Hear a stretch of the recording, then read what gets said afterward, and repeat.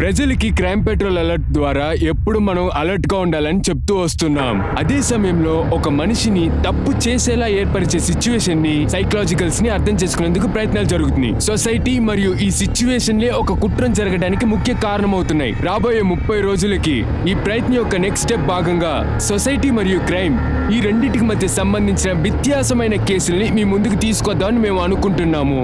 దీని గురించి వివరించేందుకు మరియు వారి యొక్క అనుభవాల్ని మనతో పంచుకునేందుకు మనతో కలవబోతున్నారు ఫేమస్ రిపోర్టర్ మరియు గొప్ప జర్నలిస్ట్ షామ్స్ తాహిర్ ఖాన్. నమస్తే, అందరికీ స్వాగతం. నేను Sham's Tahir Khan. Crime patrol alert లో మీరు ఇప్పటిదాకా చూడని విషయాలు, మీరు చూడనటువంటి కేసులన్నీ చూపిపోతున్నాను. అందుకని మీరు అందరూ ఖచ్చితంగా ఇది చూడాలి. మత పిచ్చి, మగోడన్నే పొగరు, మన సొసైటీలో ఇవన్నీ కలిసి ఉండటం అనేది నిజమే. ఆడవాళ్ళకి జరిగే అన్యాయాలు, కుట్రాలు ఇవన్నీ కూడా ముఖ్యమైన కారణాలు. సిద్ధార్థ్, ఇది తప్పైన ఫార్ములా. ఈ ఫార్ములాను ఎగ్జామ్లో వేసినావంటే పెద్ద జీరోనే తీసుకోవాలి. వినీత్, వెళ్ళి ఫేస్ వాష్ చేసుకురా. క్లాస్ ఇప్పుడే మొదలు పెట్టింది, అంతలోకి నిద్రొస్తుందా? రూహి అక్క, ఇది మీ యొక్క ఫేవరెట్ సబ్జెక్ట్. వినీది కాదు. మరి ఈ క్లాస్ స్టార్ట్ చేసి 1/2 అవర్ అవుతుంది. అది కూడా మీకు గుర్తు లేదు అసలు. ఓకే, నాకు తెలుసు. ఇప్పుడు మీకు అందరికి బ్రేక్ కావాలి, అందుకే మీరు అందరూ ఒకే విషయాన్ని చెప్తున్నారు. సరే, మనము 15 మినిట్స్ బ్రేక్ తీసుకోవచ్చు. నేను వెళ్ళి కాఫీ తాగి వస్తా. 15 మినిట్స్ తర్వాత చూద్దాం.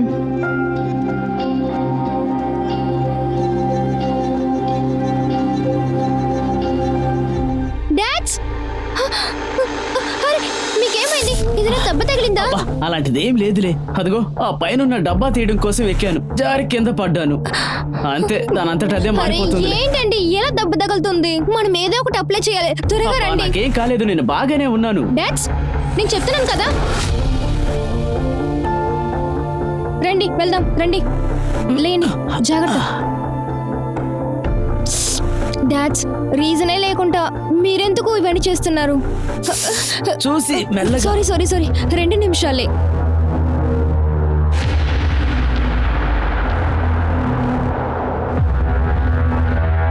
సరే. లక్ష్మణ్,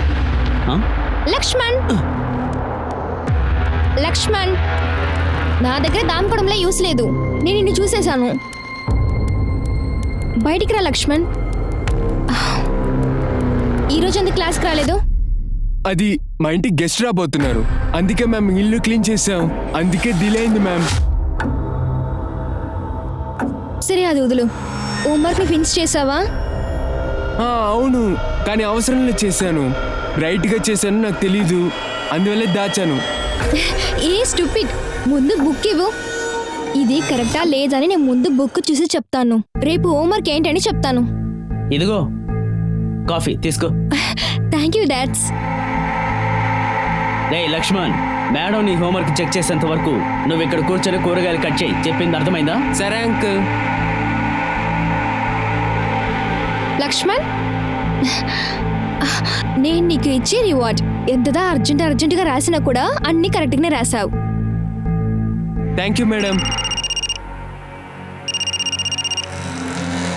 హలో డాడ్స్, నేను కొంచెం బయటికి వెళ్ళాలి. నేను వెంటనే వచ్చేస్తాను. సరే. ఏ సోను, ఎక్కడికి వెళ్తున్నావో చెప్పి వెళ్ళు. హఠాత్తుగా మీ అమ్మా నాన్న ఫోన్ చేసి ఎక్కడికి వెళ్ళింది అడిగితే నేనేమని చెప్పను?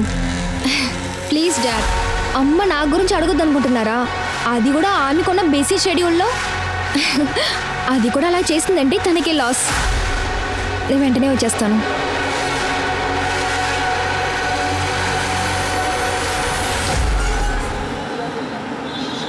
అమ్మ దగ్గుతో బాధపడుతున్నారు, హాస్పిటల్కి వెళ్ళి చెక్ చేయించుకోమని చెప్పాను, కానీ నా మాట వినలేదు. తర్వాత రక్తం వాంతి అయింది. హాస్పిటల్కి వెళ్ళి చెక్ చేపిస్తే టీబీ అని చెప్పారు, అది కూడా లాస్ట్ స్టేజ్. ఏం చేయాలో నాకు అర్థం కావట్లేదు. నా దగ్గర ఒక ఐడియా ఉంది. నువ్వు దీన్ని తీసుకో. నువ్వు దేనికి టెన్షన్ పడకు, అన్నీ సరైపోతుంది. థ్యాంక్స్ రోగి, కానీ ఇది సరిపోదు. ట్రీట్మెంట్కి ఎక్కువ ఖర్చు అవుతుంది. ఇప్పటికీ ఇది ఉంచుకో, నేను ట్రై చేస్తాను. నేను ఎలాగైనా ట్రై చేస్తాను. ఈ రోజు నుంచి నువ్వు అమ్మ దగ్గరే ఉండు, ఆవిడ్ని బాగా చూసుకో. సరే, నేను బయలుదేరుతున్నా. ఓకే. సోను, నీ కళ్ళెందుకు ఇలా ఎర్రగా రెడ్గానే ఉంది? నైట్ నిద్రపోయావా? అది నేను రాత్రి నిద్రపోలేదు. నేను ఫుల్గా హాస్పిటల్లోనే ఉన్నాను, అందుకే ఇలా ఉంది. సరే నేను వెళ్తున్నాను, హాస్పిటల్కి టైం అయింది. సరే.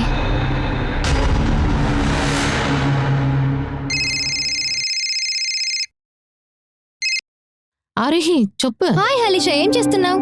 ఏం లేదు, ఇప్పుడే కాలేజ్ నుంచి వచ్చినాను. లంచ్ ప్రిపేర్ చేస్తాను. నీ అసైన్మెంట్ ఎలా వెళ్ళిందని నాతో చెప్పలేదు.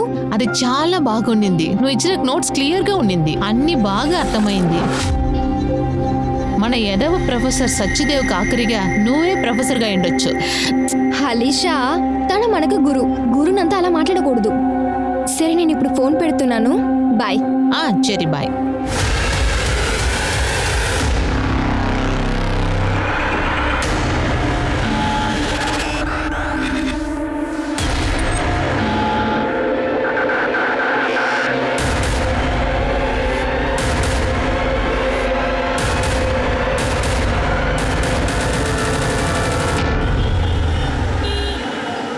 డాడ్స్ మ్మ్. డాడ్స్ మ్మ్. అమ్మ నాన్న కాల్ చేశారా? వాళ్ళు ఎప్పుడు వస్తారని నీకు ఏమైనా తెలుసా? అబ్బా నీకేమైంది? ఈరోజు ఒకే ప్రశ్నని మార్చి మార్చి అడుగుతున్నావు. వాళ్ళు వచ్చేటప్పుడు ఖచ్చితంగా వస్తారు. నువ్వు టైర్డ్గా ఉన్నట్టున్నావు, వెళ్ళి పడుకో. లేదు డాడ్స్, వాళ్ళని చూసి 2 రోజులైపోయింది. వాళ్ళు వచ్చినాక వాళ్ళు చూసే పనుకుంటాను. అంతవరకు నేను వెళ్ళి టీవీ చూస్తాను.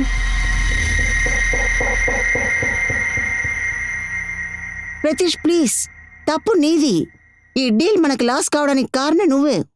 వై ఆర్ యు బ్లేమింగ్ మీ? నాతో చెప్పు.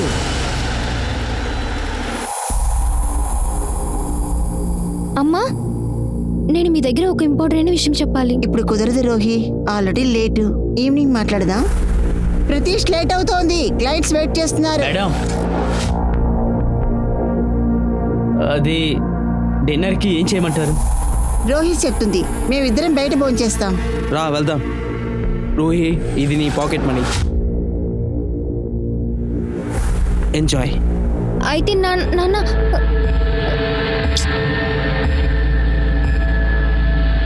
డాడ్స్ నువ్వు ఓకేనా కదా? నిన్న నైట్ జరిగిన దానికి నువ్వు మనసరీతిగా బాధపడావా ఏంటి? మ్మ్. లేదు మ్యామ్.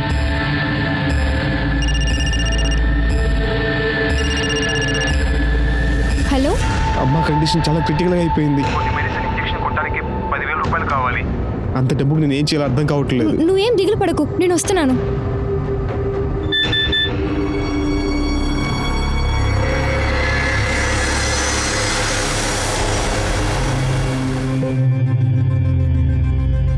రోగి, ఏమైంది? ఎందుకు అలా ఉన్నావు? అమ్మ నాతో గొడవ పడ్డావా? ఏంటిదంతా? రోగి, నువ్వు అనుకున్నట్టు ఏం జరగలేదు.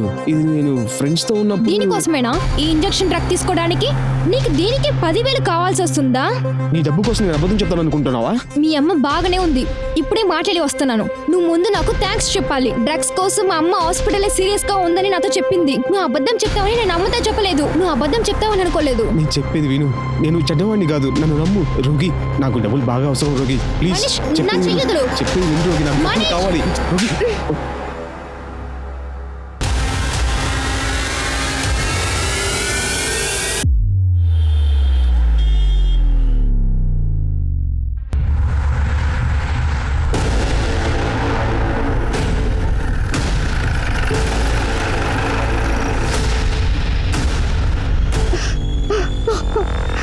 సార్, మేము రెస్టారెంట్ బిజినెస్ చేస్తున్నాం. నిన్న సాయంత్రం మేమిద్దరం మిస్సెస్ అండ్ మిస్టర్ బ్యానర్జీతో ఉన్నాం. నిన్న మేమిద్దరం బిజినెస్లో ఉన్న పార్ట్నర్షిప్ డీల్ గురించి మాట్లాడుకున్నాం. ఆ బిజినెస్ డిస్కషన్ అయిన తర్వాత ఉదయం 4 గంటలకే మేము ఇంటికి వచ్చాం. సార్, మేము ఇంటి లోపల వచ్చినప్పుడు రూహి యొక్క డోర్ ఓపెన్లో ఉండింది, అది మేము చూసాము. రూహి ఎప్పుడు తన డోర్ లాక్ చేసుకుని నిద్రపోతుంది. రోహిత్,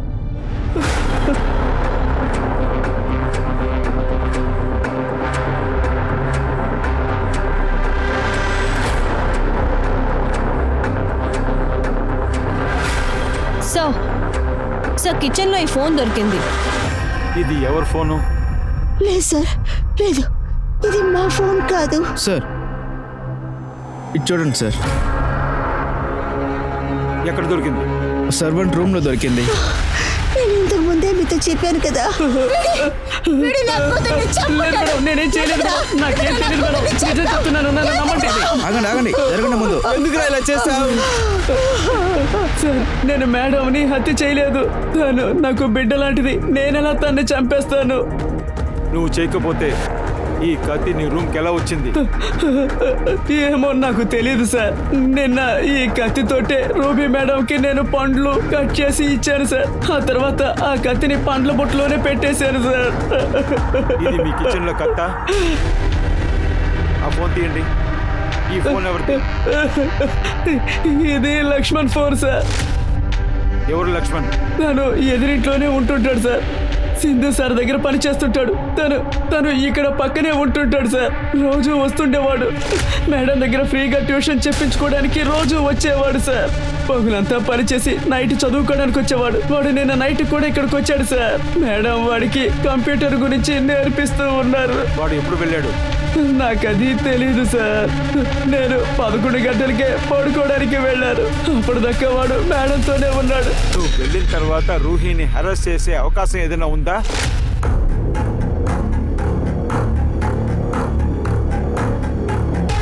సార్, మీరు అనుకుంటున్నట్టు ఆ అబ్బాయి లక్ష్మణ్ అలాంటి పిల్లోడు కాదు సార్.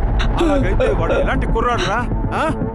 అప్పుడు వాడు చేయకపోతే ఖచ్చితంగా నువ్వే చేసి ఉంటావు. నీ ఇద్దరికీ తెలుసు వాడు అమ్మ నాన్న ఖచ్చితంగా ఇంట్లో లేరు. నిజమేనా? సార్, తను నాకు కూతురు లాంటిది.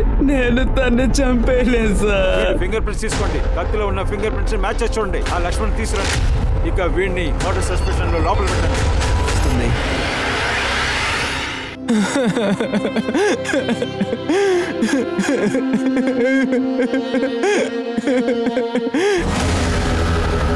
లక్ష్మణ్ ఇల్లు ఎక్కడ ఉంది? అది కూడా సార్, ఆ రూమ్ సార్.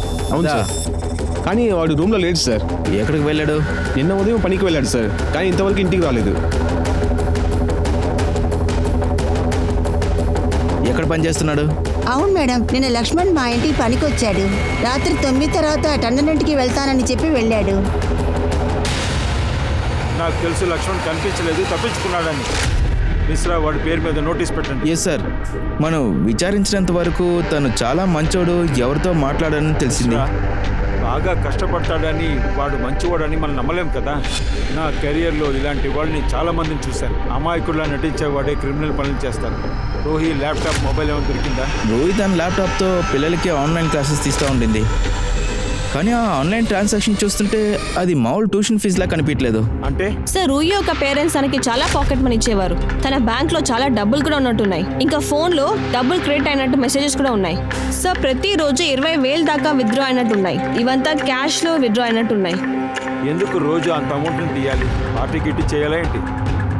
ఒకవేళ డ్రగ్స్ కోసమా? సార్, రోహి లేదు, కానీ తన మెసేజ్ చూస్తుంటే తన బాయ్ ఫ్రెండ్ డ్రగ్స్ యూజ్ చేసినట్టు తెలుస్తుంది. అమ్మ హాస్పిటల్లో ఉంది, డబ్బులు అవసరం చెప్పి రూహి దగ్గర నుంచి డబ్బులు తీసుకున్నాడు. రూహి ఈ నిజాన్ని కనిపెట్టిన వెంటనే తనతో బ్రేకప్ చేసుకుంది. డబ్బులు ఇవ్వటం కూడా ఆపేసింది. కానీ వాడైతే డబ్బులు అడగటం అసలు ఆపనే లేదు సార్. అయితే మనిషిని అరెస్ట్ చేసి ఎందుకు లోపల పెట్టలేదు? వాడి దగ్గర మొత్తం ఇన్ఫర్మేషన్ లాగొచ్చు కదా. యాక్చువల్గా రూహి మర్డర్ అయిన మనీష్ డ్రగ్స్తో ఓవర్ డోస్ అవడం వల్ల హాస్పిటల్ అడ్మిట్ అయ్యాడు. వాడి కాల్ రికార్డ్స్ ఇంకా మొబైల్ లొకేషన్ తీసుకున్నాను. మనిషిని వెళ్ళి చూసి వాడు ఏం చెప్తున్నాడో చూద్దాం. అప్పుడు మనకి కాల్ రికార్డ్స్ అవసరం లేదు. సార్, లేదు సార్, నేను రూహీని చంపలేదు సార్. అప్పుడు మనిషికి తెలియకుండా రూహి డ్రగ్స్ కి సపోర్ట్ చేశాడనమాట. ఒకవేళ తనే డ్రగ్ కి అడిక్ట్ అయిందేమో. సార్, కనుక్కున్నప్పుడు అలాంటిదేం తెలియలేదు మనకి. సార్, రూహి యొక్క ఫ్రెండ్స్, ప్రొఫెసర్స్, రిలేటివ్స్ అంటున్నది ఏంటంటే తను చాలా మంచి అమ్మాయి. స్టడీస్ మీద, సోషల్ సర్వీసెస్ మీదనే తనకి ఇంట్రెస్ట్. ఎస్ సార్, రిపోర్ట్స్ లో కూడా రోహికి డ్రగ్స్ కి సంబంధం లేదని చూపిస్తుంది. Sir, Tandon family neighbour mister Sandeep Jain మిమ్మల్ని మీట్ అవడానికి వచ్చారు సార్. సార్, తండ్రి ఇంటి పక్కన నేను ఉంటున్నాను సార్. లాస్ట్ వీక్ నైట్ నేను వర్క్ చేస్తూ ఉన్నాను సార్. అప్పుడు సడన్ గా వాళ్ళ ఇంటి లోపల నుండి ఒక పెద్ద పెద్ద అరుపులు వినిపించాయి సార్ నాకు. మిస్టర్ అండ్ మిస్సెస్ టండన్ వాళ్ళ ఇంట్లో ఉన్న శ్యాముని పట్టుకుని వాడిని తిడుతూ ఉన్నారు సార్. రూకి నిద్రపోతున్నప్పుడు ఆమె మీద అత్యాచారానికి పాల్పడ్డాడు సార్ అతను. మిస్టర్ జైన్, ఏంటి, ఏం జరుగుతుంది ఇక్కడ? మీ ఇంట్లో నుంచి అరుపులు వినిపించాయి, అంతా ఓకే కదా? యాక్చువల్లీ సందీప్ గారు, ఇక్కడ ఎటువంటి సమస్య లేదు. అండ్ ఐఎమ్ సో సారీ ఈ రాత్రిలో మిమ్మల్ని డిస్టర్బ్ చేసినందుకు. మీరు వెళ్ళి ప్రశాంతంగా పడుకోండి. ఇక ఎటువంటి చప్పుడు రాదు.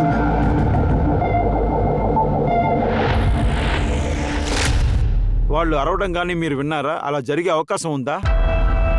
నేను దాన్ని కరెక్ట్గా చెప్పలేను సార్. పనిచేసే వాళ్ళకి జీతం ఇచ్చే వాళ్ళకి ఒక చిన్న డిస్టెన్స్ ఉండాలి సార్.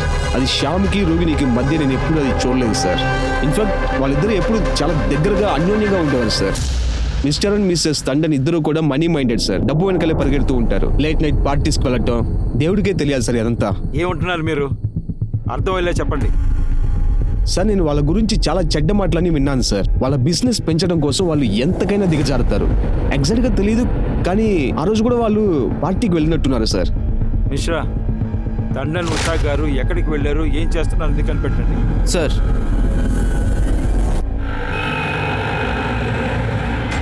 ఇంతకు ముందే నేను చెప్పాను కదా సార్, అది కేవలం బిజినెస్ మీటింగ్. మీటింగా? ఇంట్లోనా? అది కూడా లేట్ నైట్ అప్పుడా? మేము ఆల్రెడీ చెప్పాం కదా, మాది restaurant business. Mrs and Mr Banerjee గారిని మేము బిజినెస్ మీటింగ్ గానే కలిసాం. వారి బిజినెస్ ఇప్పుడు లాస్ లో వెళ్తోంది. పార్ట్నర్షిప్ డీల్ గురించి మాట్లాడుకోవాలనే వెళ్ళాం. అది కూడా లేట్ నైట్ లో టండన్ బెనర్జీని లేట్ నైట్ లో మీట్ అవ్వాలా? ఆ తర్వాత మీరు బెనర్జీతో ఒంటరిగా బయటికి వెళ్ళాల్సి వచ్చింది. Mind your language inspector. మేము తీసుకొచ్చిన వైన్ ఖాళీ అయింది. వైన్ తీసుకురావడానికి ఆయనతో కారులో వెళ్ళాం. మరి మీరెందుకు ఇలాంటి ప్రశ్నలు అడుగుతున్నారు? శ్యామ్ రూమ్ లో ఈ కత్తి ఎలా వచ్చిందని కనిపెట్టారా? నా కూతుర్ని హత్య చేసింది ఎవరన్న విషయం కనిపెట్టారా? మేము దాన్ని త్వరగా కనిపెడతాం. మీరేం మాకు చెప్పాల్సిన అవసరం లేదు. మీరు ఏం మాట్లాడుతున్నారు సార్? ఇంతకు ముందే నేను చెప్పాను కదా, నా కూతుర్ని ఆ శ్యామే చంపుంటాడు. ఇప్పుడు నువ్వు ఏం చేస్తున్నావు? నీకు ఎంత ధైర్యం ఉంటే తన దగ్గరికి వెళ్తావు? లేదు మేడం, లేదు. మీరు నన్ను తప్పుగా అర్థం చేసుకుంటున్నారు. తను టీవీ చూస్తూ నిద్రపోయారు, అందుకే తీసుకొచ్చి ఇక్కడ పడుకోబెట్టాను. నువ్వు చేసే ప్రతి విషయాన్ని మేము చూసేసాం రా. తాను టైర్డ్ గా నిద్రపోతున్నప్పుడు ఇదే అడ్వాంటేజ్ అని తన మీద పడుకోలేదు చూసాం. లేదు అమ్మా నాన్న, మీరేం చేస్తున్నారు? ఎందుకు మీరెందుకు ఇతని మీద అన్ని విషయాన్ని చెప్తున్నారు? నీకేం తెలీదుమా, మేము కళ్ళారా చూసి తెలుసుకున్నాం వీడి ప్రవర్తన ఏంటో అని. అయ్యో లేదు మేడం, అలాంటిదేం లేదు మేడం. లేదమ్మా. రాధిక అరుస్తున్న శబ్దాన్ని విని మిస్టర్ జైన్ మా ఇంటికి వచ్చారు. మేము ఆయనకి సారీ చెప్పి ఆయన నుంచి ఇక్కడ పంపించాము. నాకు వాడి మీద ఉన్న కోపంతో శ్యామ్ని ఇక్కడ నుంచి బయటికి పంపించాలనుకున్నాను, కానీ రూహిణి దాన్ని ఆపేసింది. శ్యామ్ అటువంటి విషయాలంతా చేయడని చెప్పి ఆయన చాలా నమ్మకంతో. యాక్చువల్లీ సార్, ఇందులో ఎవరు తప్పు లేదు, అంతా మా తప్పే. మా కూతుర్ని ఒక పనివాడితో ఇంత స్నేహంగా ఉండనివ్వకూడదు. ఐఎమ్ షూర్ సార్, ఈ లక్ష్మణ్ కూడా నా కూతురి హత్యలో సంబంధం ఉండే ఉంటుంది, అందుకే పారిపోయాడు. ప్లీజ్ సార్, తనని కనిపెట్టండి. నా కూతురు హత్యలో న్యాయం దొరకాలి. సార్, శ్యామ్ దగ్గర మన ట్రిక్స్ ఏవి పనిచేయలేదు. రూహిని చంపలేదని చాలా గట్టిగా చెప్తున్నాడు. రూహి తన కూతురులాగా అంటున్నాడు. తను హంబుల్ గా చూపించుకున్నాడు, కానీ విక్టిమ్ పేరెంట్స్ వాళ్ళిద్దరిలో ఎఫ్ఐఆర్ ఉందని చెప్తున్నారు. మిశ్రా, ఒకవేళ బై షాపింగ్ గురించి దాచడానికి మన దగ్గర ఏం దాచట్లేదు. దానికి ఛాన్స్ ఉంది సార్. నువ్వు అనుకుంటున్నట్టు అక్కడ ఏం జరగకపోతే ఇంతకీ అక్కడ ఏం జరిగింది? సార్, మా రెస్టారెంట్ బిజినెస్ చాలా లాస్ట్లో వెళ్తూ ఉండేది.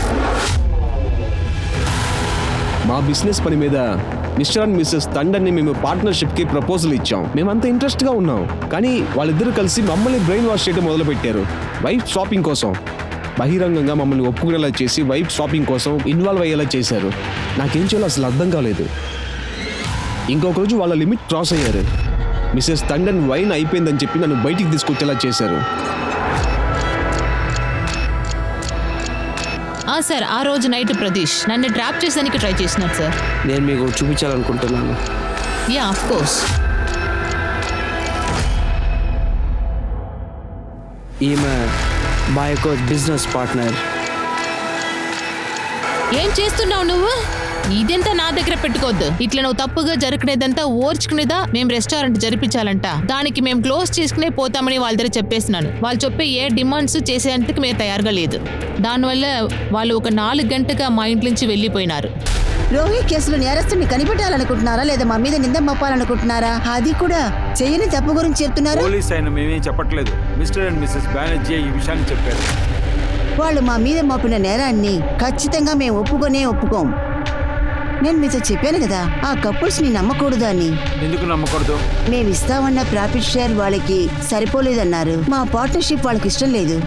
ఇది నేను ప్రతిష్ఠతో కూడా చెప్పాను. డబ్బుల విషయంలో జాగ్రత్తగా ఉండమని చెప్పాను, కానీ నా మాట పట్టించుకోలేదు. మేము ఎక్కువ డబ్బులు ఖర్చు పెట్టిన తర్వాత ఏదో ఒక వంకతో క్యాన్సిల్ చేయాలనుకుంటున్నారు, అది వైఫ్ స్పాప్ తో. సార్, కాల్ రికార్డ్స్ అన్ని మీ నంబర్ నుంచి తీసుకుని రెగ్యులర్గా మీరు ఈ నంబర్కి కాల్ చేశారు. ఎవరి నంబర్ ఇది? ఇది నా కొడుకు జే యొక్క నెంబర్. ఆ కుర్రోడు ఎక్కడ? పిలవండి వాడిని. సార్ నా కొడుకు నోయిడాలో ఒక హాస్టల్లో ఉండి చదువుకుంటున్నాడు. తను కాలేజ్ దగ్గరగా ఉండడం వల్ల హాస్టల్లో ఉంటున్నాడు. అంటే తను ఇంటికి రాడా? ఇన్ని విషయాలు జరిగినా కూడా రాలేదా ఇంటికి? లేదు సార్, తనకి ఇప్పుడు ఎగ్జామ్ జరుగుతోంది. రోహిత్ చనిపోయినప్పుడు వచ్చాడు, వెంటనే బయలుదేరాడు. ఎగ్జామ్స్ ఉందన్నాడు. వాడి హాస్టల్ అడ్రస్ ఇవ్వండి. సెక్స్ అండ్ డ్రగ్స్ ఈ మోడర్న్ లైఫ్లో అందరి జీవితాన్ని మార్చేస్తుంది ఈ రెండు విషయాలు. ఇంకా వైఫ్ స్వాపింగ్ ఇది కూడా ఘోరంగా మారుతుంది.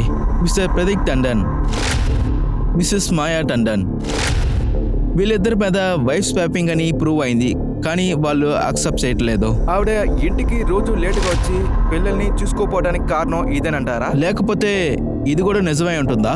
శ్యామ్, రూగి, లక్ష్మణన్ వీళ్ళందరూ ఒకటిగా ఉండటం వీళ్ళందరూ చూశారు. ఒకవేళ అది కూడా నిజమై ఉండొచ్చు. ఇలాంటి పరిస్థితుల్లో మీ అమ్మ నాన్నతో ఉండాలనుకోవట్లేదు నువ్వు? సార్, మా అమ్మ దగ్గర దీని గురించి చెప్పా, కానీ ఆమె ఎగ్జామ్ టైంలో డిస్టర్బెన్స్ వద్దని చెప్పారు. అందువల్లే నన్ను ఇక్కడ ఉండమన్నారు. నోయిడా నుంచి ఢిల్లీ అంత దూరమేం కాదు. ఎగ్జామ్ నువ్వు అక్కడికి వెళ్ళి రాయొచ్చు కదా, పర్వాలేదు. 10వ తారీఖు 11ంటికి నువ్వు ఎక్కడున్నావు? హాస్టల్లో నా రూమ్లో ఉన్నాను సార్, పడుకునున్నాను. దాన్ని కన్ఫర్మ్ చేయడానికి అక్కడ ఎవరన్నా ఉన్నారా? ఉన్నారు సార్. మా హాస్టల్ వార్డెన్ బల్వేందర్ సింగ్ని అడగండి, నేను అక్కడ ఉంటా అని తెలుసు. మిశ్రా, ఆ జై కాల్ రికార్డ్స్ అన్నిటిని వెంటనే ఓకే సార్. ఒకవేళ Mr and Mrs Tandon Shyam ఇంకా వాళ్ళ వైఫ్తో కలిసి హత్య చేయడానికి ఛాన్స్ ఉంది సార్. మిశ్రా, చెప్పు, నిజమేంటో చెప్పు. సార్, మీరు నన్ను ఎంతసేపు కొట్టినా పర్వాలేదు, కానీ నేను తన్ని ఏమీ చేయలేదన్నదే నిజం సార్. దయచేసి నన్ను నమ్మండి సార్. 17 ఏళ్ళుగా తన సొంత బిడ్డలా ఎత్తుకొని పెంచాను. ఆ ప్రేమ వల్లే తను నన్ను డాడ్ అని పిలుస్తుంది. డాడ్స్? అరే, ఏమైంది మీకు? పోలీస్ శ్యామ్ దగ్గర నిజాలు తెలుసుకోవడానికి చాలా బాగా ట్రై చేశారు. ఫోరెన్సిక్ రిపోర్ట్ ప్రకారం రూహి యొక్క రక్తంతో నిండిన కత్తిని తన యొక్క రూమ్ లోంచి తీశారు. అంటే ఆ క్రైమ్ వెపన్. ఆ కత్తి మీద 4 యొక్క చేతి రేఖలున్నాయి. మాయా, ప్రదీప్, శ్యామ్ వీళ్ళ ఫింగర్ ప్రింట్స్ మ్యాచ్ అయ్యాయి, కానీ 4th ఫింగర్ ప్రింట్ ఎవరితో మ్యాచ్ అవ్వాల. కండన్ కపుల్ లక్ష్మణ్ యొక్క పేరు చెప్పారు. పోలీస్ గత 2 రోజులుగా రూహిని ఎవరు చంపారో బాగా వెతుకుతూ వస్తున్నారు. ఆ తర్వాత ఈ లక్ష్మణ్ అసలు ఎక్కడికి వెళ్ళాడు? సార్, ఇక్కడ మీ లక్ష్మణ్ బాడీని దాచి ఉంచుంటే మరి ఎందుకు సార్ మీకు ఫోన్ చేసి చెప్పుంటాము? అందుకే మీరు నాకు ఫోన్ చేయడానికి ప్రయత్నించారు. మీకు ఈ బాడీకి సంబంధం లేదనుకోవాలా నేను? ఇదంతా పాత ట్రిక్. ఎన్నో కేసులు మేము చూసాం. దీన్ని సినిమాలకు చూసారు మీరు. మీరు మమ్మల్ని తప్పుగా అనుకుంటున్నారు సార్. మేము ఎటువంటి విషయం చేయలేదు. నేను ఇలాంటి మనుషులంతా ఇంటికి అలో చేయను సార్. ఈ రూహి మాత్రమే శ్యామ్, లక్ష్మణ్ని లోపలికి అలో చేస్తుంది. బాడీని పోస్ట్మార్టం పంపించండి. ఇంకా రూమ్ని తరోగా చెక్ చేయండి. ఏదైనా ఎవిడెన్స్ దొరుకుతామో చూడండి. టండన్ కార్ బ్యాచ్ రూమ్ నుంచి శ్యామ్ ఒక బాడీ దొరికింది. ఇది కేసుని ఇంకా కాంప్లికేట్ గా మారుస్తుంది. ఇప్పుడు దాకా పోలీసులు లక్ష్మణ్నే సందేహిస్తున్నారు, కానీ తను కూడా ఇప్పుడు చనిపోయాడు. ఇప్పుడు ఈ కేసు ఒక సస్పెక్ట్స్ రూహి పేరెంట్స్ అయిన మిస్టర్ అండ్ మిస్టర్ టండన్ కి. కానీ ఈ పోలీసులు ఈ కేసు సాల్వ్ చేస్తారా? మిస్ అవుతున్నావు కదా చెప్పు. నన్ను మిస్ అవుతున్నావు కదా చెప్పు. చెప్పు నువ్వు. ఇద్దరమైన దారి ఉడిచిపోయింది. ఇంటికి వెళ్ళి ఏం చేస్తావు? నీకు బోర్ కొడుతుంది. లేదంటే నేను కంపెనీ ఇవ్వనా? ఫస్ట్ ఈ చెప్పులకి బదిలీరా, పరిగెత్తుండరా.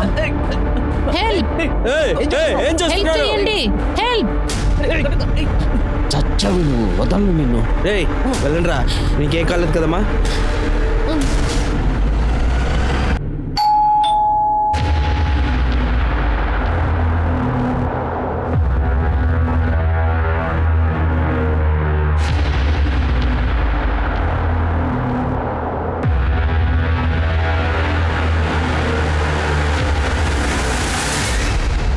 సార్, మనీష్ మన దగ్గర అబద్ధం చెప్పాడు.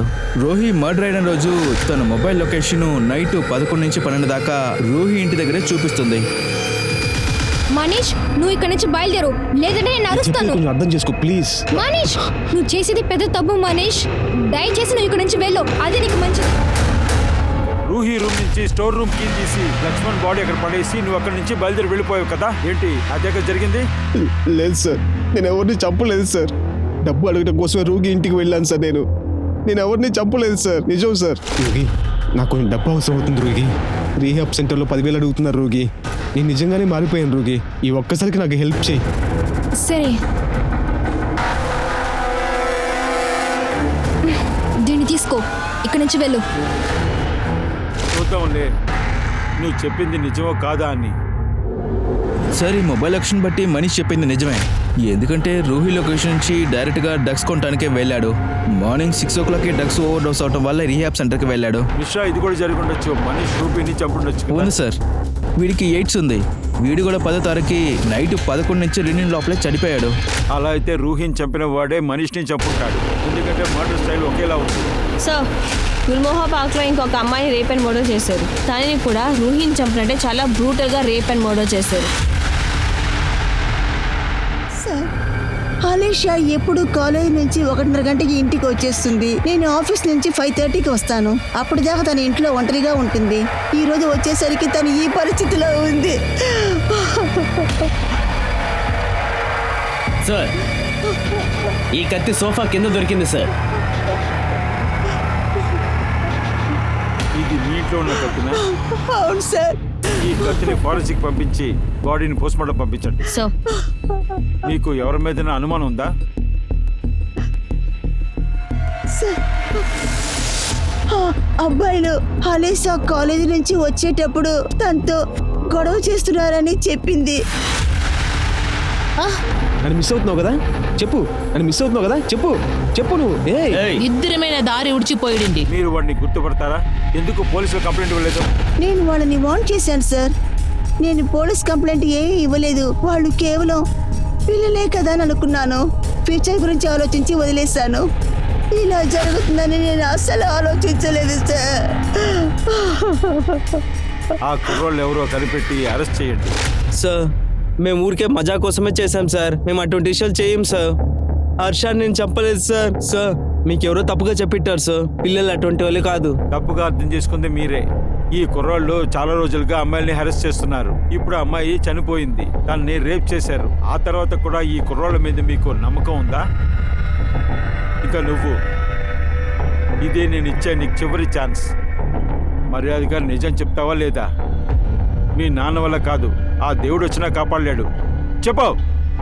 సార్ సార్ అది హర్ష అంటే నాకు చాలా ఇష్టం సార్. సార్ వీడికి తెలుసు సార్, నేను హర్షాన్ని ఎప్పుడైనా చూసినప్పుడు టీస్ చేద్దామని ట్రై చేస్తాను సార్. అంతే సార్, అంతే సార్. నేను వేరే ఇంకేం చేయలేదు సార్. ఇదే నిజం సార్. డే టైంలో తన ఇంట్లో ఉంటుందో నాకు బాగా తెలుసు సార్. అందువల్లే నేను టైం దొరికినప్పుడల్లా రహస్యంగా వెళ్ళి తను చూస్తాను సార్. నువ్వు వచ్చింది తను చూసింది. ఇక నిన్ను బెదిరించింది. ఇంకా కోపడి చంపేశావు. అదే కదా జరిగింది. చెప్పు. లేదు సార్, నేను హర్షాన్ని చంపలేదు సార్. ఆ రోజు నేను తన ఇంటికి వెళ్ళలేదు సార్. బయట తీసుకెళ్లి విచారించిన బాగా. Okay sir. వెళ్ళు. పిల్లల్ని ఇలా చేయకూడదు సార్. Shut up. నువ్వు వాళ్ళని సరిగ్గా పెంచుంటే మాకు ఇలాంటి పరిస్థితి వచ్చేదే కాదు. దాన్ని ముందు అర్థం చేసుకో. సార్ మేము కాలేజ్ స్టాఫ్ ఇంకా సీసీటీవీ ఫుటేజ్ని కన్ఫర్మ్ చేశాం సార్. ఇద్దరు నిజమే చెప్తున్నారు. 5 దాకా వాళ్ళు కాలేజ్లోనే ఉన్నారు. సో అలీషా ఇంటి దగ్గర ఉండే సీసీటీవీ కెమెరా నుంచి ఫుటేజ్ దొరికింది. సో వీడు కావాలనే మొహం మీద స్కార్ఫ్, తల మీద క్యాప్ వేసుకున్నాడు. వీడు ఎవరిని చెప్పడం చాలా కష్టమైన విషయం. ఇప్పుడు ఒక నిమిషం రివర్ట్ చేయండి. ప్లే స్టాప్ చేయండి. జూమ్ చేయండి. జూమ్ చేయండి. వాడి షూస్ని కొంచెం జూమ్ చేసి చూపించండి. ఈ షూని కొద్ది రోజుల ముందు నేను చూశాను. అది ఎవరో వేసుకున్నారు. మిశ్రా, యాగో, అలీషా, రూహి వీళ్ళ ఇంటిని మనం తరోగా ఇంకోసారి మనం చెక్ చేయాల్సి ఉంటుంది. మనం ఎందుకు సర్చ్ చేస్తున్నామో అక్కడికి ఎవరికీ తెలియకూడదు.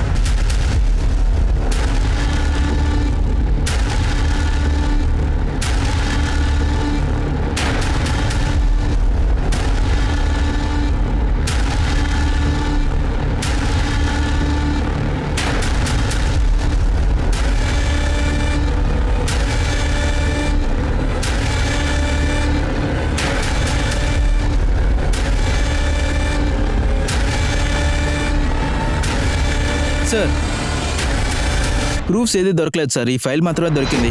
ఇది చూడండి.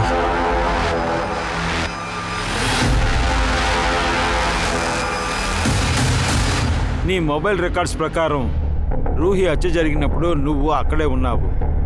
అలీషా మర్డర్ జరిగినప్పుడు కూడా నువ్వు వాళ్ళ ఇంటి దగ్గరే ఉన్నావు. నువ్వు సీసీటీవీ ఫుటేజ్ చూసేవని అనుకుంటున్నాను. చెప్పు, మా దగ్గర చెప్పు, ఏం జరిగిందని. నా ప్రైవేట్ పార్ట్లో ఇన్ఫెక్షన్ ఉంది సార్. నన్ను క్యాస్ట్రేటెడ్ చేసుకోమని డాక్టర్స్ నాతో చెప్పారు సార్. నా ప్రైవేట్ పార్ట్ రిమూవ్ చేస్తారంటే సార్. నేను సెక్స్ పెట్టుకోలేకపోవడానికి కారణం ఆ పునీత సార్. నేను దీని గురించి పునీతకు చెప్పలేదు సార్. అలా చెబితే ఈ విషయం చెప్తే నన్ను గేలి చేస్తారు సార్ బాగా. అప్పుడే నాకు గే సెక్స్ గురించి తెలిసింది సార్. ఆ రోజు నైట్ లక్ష్మణ్ నాకు ఫోన్ చేసి ఇంటికి రమ్మని చెప్పాడు సార్. నేను స్టోర్ రూమ్ లోపలికి వచ్చాను సార్. సరిగ్గా చూడు, నా మెడికల్ రిపోర్ట్స్ నాకు ఎయిడ్స్ ఉందని చెప్పింది. నేను నీతో తప్ప ఎవరితో సెక్స్ పెట్టుకోలా. నువ్వు తెలుసుకునే నాకు ఈ రోగాన్ని అంటించావు కదా. నీకు ఎయిడ్స్ ఉందని నీకు తెలుసు కదా. ఎందుకు నన్ను ప్రేమిస్తున్నాను, నన్ను మోసం చేశావు. నేను నిన్ను ఊరికి వదిలిపెట్టను రా. నీ గురించి మీ అయ్యా మీ అమ్మ అందరితో చెప్తాను. చూసుకో, అందరితో చెప్తా. కావాలంటే పోలీసులకు కూడా చెప్తాను.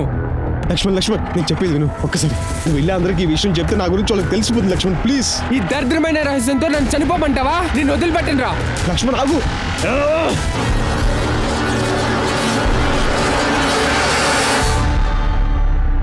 జే, నువ్వు ఈ టైంకి వచ్చావు. తర్వాత ఇది నీ మెడికల్ రిపోర్ట్స్. మీ అమ్మ నాన్న రూమ్ నుంచి తీసాను. నీ ప్రైవేట్ పార్ట్లో ఇన్ఫెక్షన్ ఉందని నువ్వు దానికి క్రస్టేషన్ చేసినవని రిపోర్ట్ చెప్తుంది. ఈ రీజన్ వల్లనే పునీత్ నేను బ్రేకప్ చేసిందా? అవును, నేను న్యూట్రేటెడ్ అయ్యాను. నేను ఇప్పుడు మొగాన్ని కాదు, అదే నువ్వు చెబుతున్నావు. అవును, అనిత నేను సంతోషపడలేకపోయాను. లేదు మా, నేను అలా చెప్పలేదు. ఈ విషయాన్ని గురించి మనం పునీతతో చెప్పొచ్చు. అప్పుడే తను బాగా అర్థం చేసుకుంటుంది. ఈ సిచ్యువేషన్ ఎలాగో మనం తనకి చెప్పొచ్చు. మనం చెప్పేది మంచిది, ఖచ్చితంగా అర్థం చేసుకుంటుంది. రుగి, నాకు ఎవరి దగ్గర ఫేక్ అని చెప్పింది వస్తే నాకు నచ్చదు. తర్వాత అలీషా తను ఎందుకు చెప్పావు?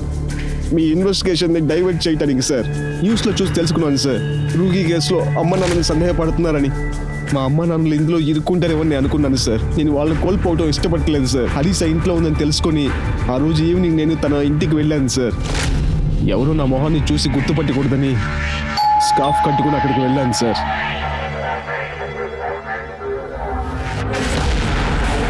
నువ్వు ఇక్కడ ఏం చేస్తావు?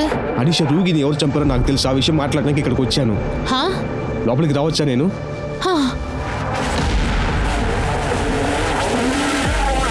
లోపలికి రా.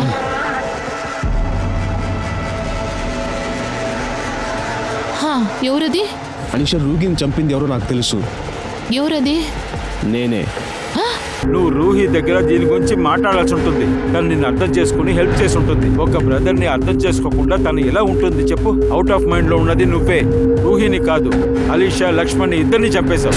ఎందుకంటే నీ పేరెంట్స్ నువ్వు పోగొట్టుకోవాలనుకోవట్లేదు, కానీ నీ పేరెంట్స్ని నువ్వు ఎప్పటికీ కోల్పోతున్నావు. జై తందన్ రూహి యొక్క తమ్ముడు మరియు హంతకుడు ఎవ్వరూ ఎదురు చూసుండ్రు. రూహి యొక్క సొంత తమ్ముడే అతి దారుణంగా చంపుంటాడని. అంతెందుకు, అతని సెక్సువాలిటీ చేంజ్ మరియు మేలీగో ఆ రెండింటిని అతను డీల్ చేయలేకపోయాడు. కానీ తన సెక్షువాలిటీ ఎక్స్పోజ్ అవుతుందని జే భయపడ్డాడు. వాడు రూహిని మాత్రం చంపలేదు. చాలా కష్టమైన విషయం, ఏవీ తెలియని అలీషాని చంపేశాడు. క్రైమ్ రేట్ ఇంక్రీజ్ అవ్వడానికి కారణం సెక్షువల్ ప్రిఫరెన్స్ ఇంకా దాని అక్సెప్టెన్సే. గే లెస్బియన్ రిలేషన్షిప్ ని అసహ్యంగా ఇంకా చండాలంగా చూడటం వల్లే ఇది అందరి దగ్గర నుంచి దాచిపెడుతున్నారు. అలా చేసేటప్పుడే క్రైమ్ రేట్ ఇంక్రీజ్ అవుతుంది. ఈ క్రైమ్ కి పోలీసులు ఫుల్ స్టాప్ పెట్టలేరు, కానీ సొసైటీ వల్ల అవుతుంది. మన సొసైటీలో ఉన్న మనుషులు మారాలి, అదే దీనికి ఒకే దారి. మీ పిల్లల్ని జాగ్రత్తగా చూసుకోండి. అదే ఈ సొసైటీకి మరియు మీ పిల్లలకి చేసే ఒక అతిపెద్ద బాధ్యత అని అనుకోండి. మీ నుండి సైనింగ్ ఆఫ్, నేను మీ Anoop Soni. Crime patrol alert యొక్క ఇంకో కొత్త ఎపిసోడ్ లో నేను మళ్ళీ కలుస్తాను. అలాగే మనతో పాటు క్రైమ్ ఎక్స్పర్ట్ అనాలిసిస్ ప్రయాణిస్తారు.